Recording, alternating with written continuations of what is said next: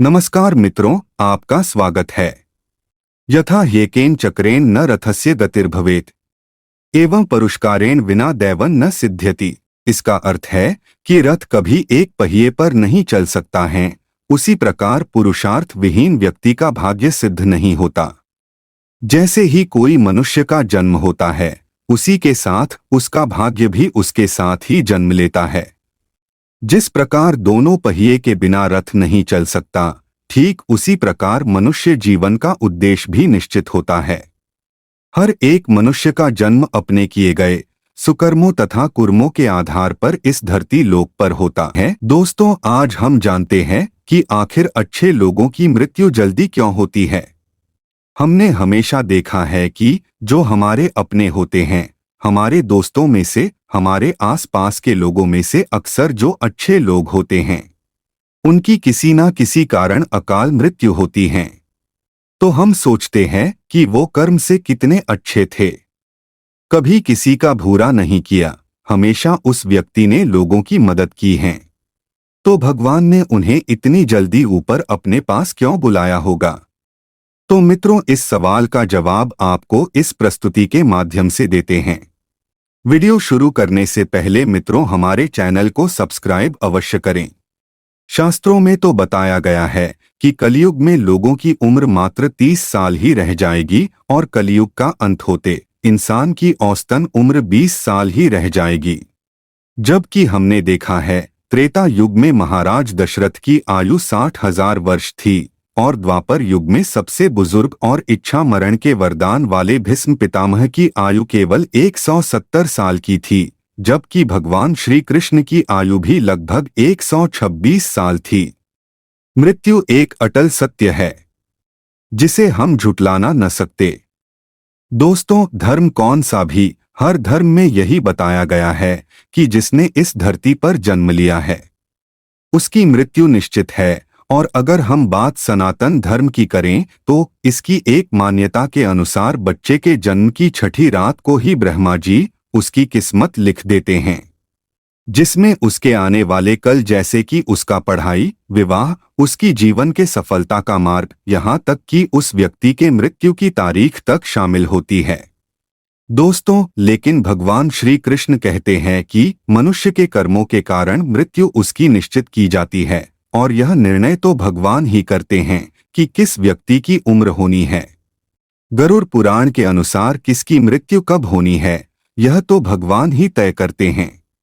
वैसे तो अच्छे लोगों की मृत्यु जल्दी हो जाने के पीछे कई कारण हैं, लेकिन पहला कारण समझने के लिए आपको यह जानना होगा कि हम जो कुछ भी इस जन्म में करते हैं उसका जवाब हमें ऊपर यमराज को देना होता है। अगर उस व्यक्ति का पाप का पलड़ा भारी होता है तो उसे नरक में यातनाएं काटनी पड़ती हैं, और अगर पुण्य का पलड़ा भारी हो तो उसे स्वर्ग का सुख मिलता है। यही चक्र कई युगों तक चलता रहता है, जब तक उसे मोक्ष की प्राप्ति नहीं हो जाती। इस मृत्युलोक में हर कोई अपने किए की सजा ही भुगतने के लिए आता है। कोई आत्मा इंसान बनती है तो कोई जीवात्मा जानवर के शरीर में प्रवेश करती है। ऐसे कुल 84 लाख योनियां है, तथा यह सब उस व्यक्ति के उसके संचित कर्मों के आधार पर ही तय होता है। इसके अलावा उसे जन्म देने वाले माता पिता के संस्कार भी उसके अंदर आते हैं।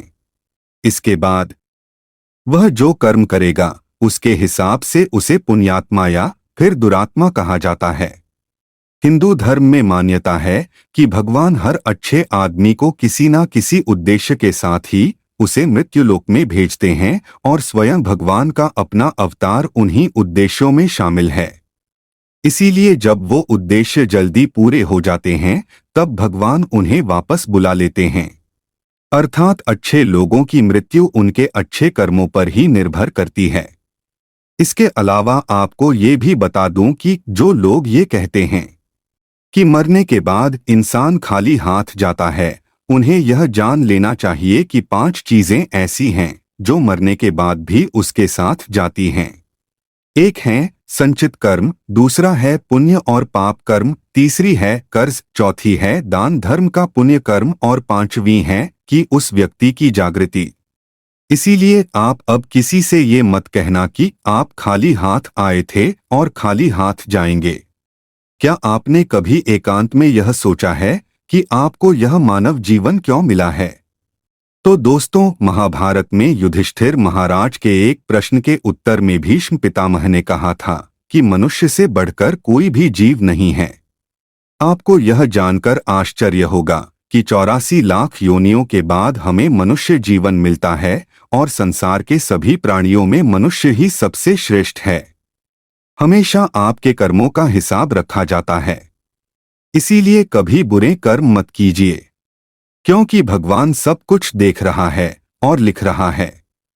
और अगर आप पिछले जन्म के बुरे कर्मों के बावजूद इस जन्म में अच्छे कर्म कर रहे होगे, तो जिस तरह से एक जज जेल में रहने वाले कैदी के व्यवहार को देख उसकी सजा कम कर देता है, ठीक उसी तरह भगवान भी देखते हैं कि इंसान मृत्युलोक में जाने के बाद अच्छे कर्म कर रहा है और उसे अपने किए की सजा मिल चुकी है। और जब उन्हें लगता है कि अब उसे मृत्युलोक में नहीं रहना चाहिए, तब वो उसे वापस अपने पास बुला लेते हैं। अच्छे लोग अपने पाप का फल जल्दी ही काट लेते हैं या उनके जीवन का उद्देश्य पूरा हो चुका है। भगवान के कर्म फल के सिद्धांत अनुसार हर व्यक्ति को केवल उतना ही दंडित किया जाना चाहिए जितने उसने पाप किए हैं। अब क्योंकि अच्छे लोगों के पाप कर्म बुरे लोगों के पाप कर्मों की तुलना में अधिक होते हैं, इसलिए अच्छे लोग अपने पापों का फल जल्दी ही भुगत लेते हैं। दोस्तों, व्यक्ति के जल्दी स्वर्गवासी होने के पीछे उसके भगवान के दिए हुए मनुष्य जीवन का उद्देश्य है। इसकी वजह है मनुष्य में सत्य एवं असत्य का विवेक कराने वाली हमारी बुद्धि का होना।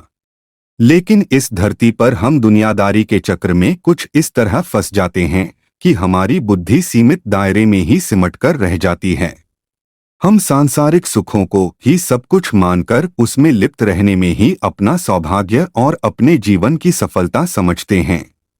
यही गलती हम कर जाते हैं, क्योंकि इसके बावजूद कोई भी व्यक्ति यह दावा नहीं करता कि वह पूरी तरह से सुखी है।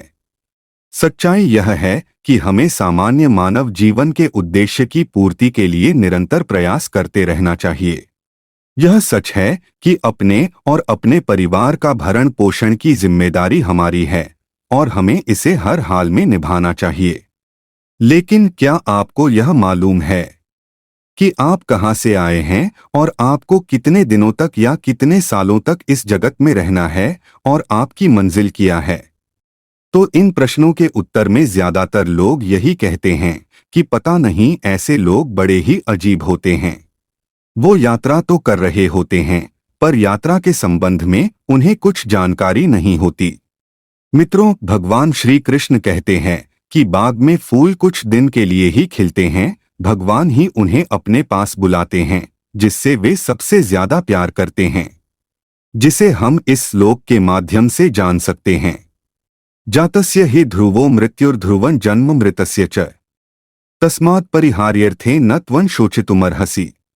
इसका अर्थ भगवान श्री कृष्ण कहते हैं कि जन्म लेने वाले व्यक्ति की मृत्यु निश्चित है और ठीक उसी तरह से मरने वाले का जन्म निश्चित है। इसलिए जो अपरिवर्तनीय है उसके लिए आपको शोक नहीं करना चाहिए। दोस्तों, अब हम जानते हैं कि आखिर क्यों अच्छे लोगों की मृत्यु जल्दी इसलिए होती है। श्रीमद् भगवद गीता में भी भगवान श्री कृष्ण कहते हैं कि ये एक आध्यात्मिक और ईश्वरीय जीवन का पद है जिसे प्राप्त करके मनुष्य मोहित नहीं होता। अगर कोई जीवन के अंतिम समय में भी इस तरह की स्थिति में हो तो वह भगवत धाम में प्रवेश कर जाता है। मनुष्य कृष्ण भावनामृत या दिव्य जीवन को एक क्षण में तुरंत प्राप्त कर सकता है और हो सकता है कि उसे लाखों जन्मों के बाद भी यह प्राप्त न हो। दोस्तों, यह तो सत्य को समझने और स्वीकार करने की बात है।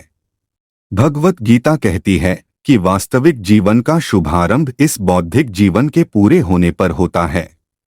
इन सभी बातों से यह तो स्पष्ट होता है कि हम सभी एक निश्चित समय के लिए धरती लोक पर आते हैं और कुछ विशेष कर्मों को करने के लिए आते हैं।